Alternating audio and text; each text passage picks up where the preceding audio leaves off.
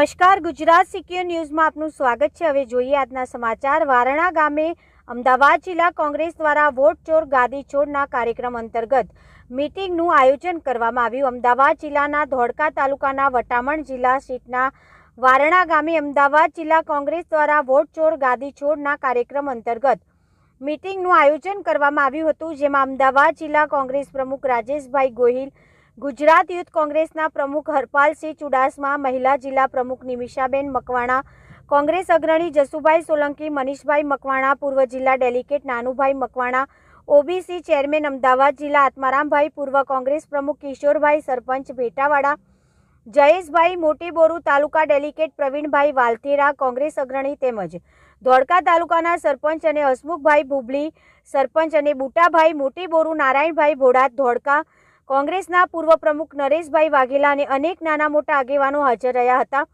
દરેક આગેવાનો દ્વારા આગામી દિવસોમાં કોંગ્રેસ પક્ષને મજબૂત કરવાની અને ખેડૂતો અને જનતા ઉપર થતા અન્યાય સામે લડી વોટ ચોરને પકડી કોંગ્રેસ પક્ષને મજબૂત કરવાની અને ખેડૂતો અને જનતા ઉપર થતા અન્યાય સામે લડી વોટ ચોરને પકડી કોંગ્રેસના હાથ મજબૂત કરવાની નેમ લીધી હતી। આ મીટિંગનું આયોજન ધોળકા તાલુકાના કોંગ્રેસ પ્રમુખ નરેન્દ્રભાઈ મકવાણાએ કર્યું હતું। સભાના મોટા પ્રમાણમાં લોકોની હાજરી જોવા મળી હતી। સભાનું સંચાલન અને વક્તા લાલજીભાઈ સરગવાવાળા અને રફીકભાઈ રૂપગઢવાળાએ કર્યું હતું। Reporter Ramesh Solanki, Gujarat secure news, Dholka, વારણા।